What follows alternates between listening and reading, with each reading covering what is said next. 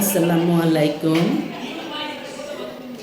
আজকে আমি আপনাদেরকে বলবো, আপনারা যদি অধিক পরিমাণে সওয়াব পেতে চান, অর্থাৎ নামাজের চেয়েও বেশি সওয়াব, রোজার চেয়েও, রোজা রেখে যে সওয়াব পাবেন তার চেয়েও বেশি সওয়াব, এবং দান খয়রাত করে যে সওয়াব পাবেন তার চেয়েও বেশি সওয়াব পাওয়ার কৌশল আছে। এটা আমার কথা নয়, এটা বিশ্বনবীর কথা।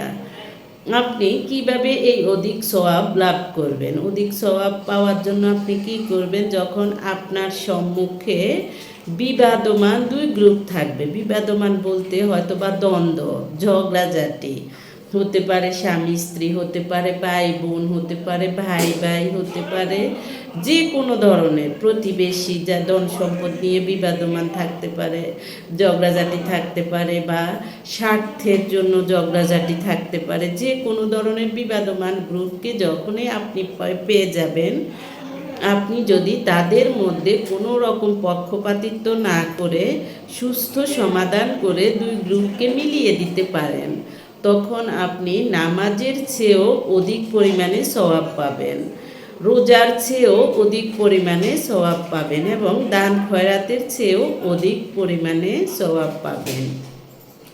কারণ অর্থ এবং স্বার্থ মানুষের চরিত্র বদলে দেয়। দেখা যায় যে স্বার্থের জন্য মানুষ যে কোনো ধরনের কাজ করতে পারে, যে কোনো ধরনের কথা বলতে পারে।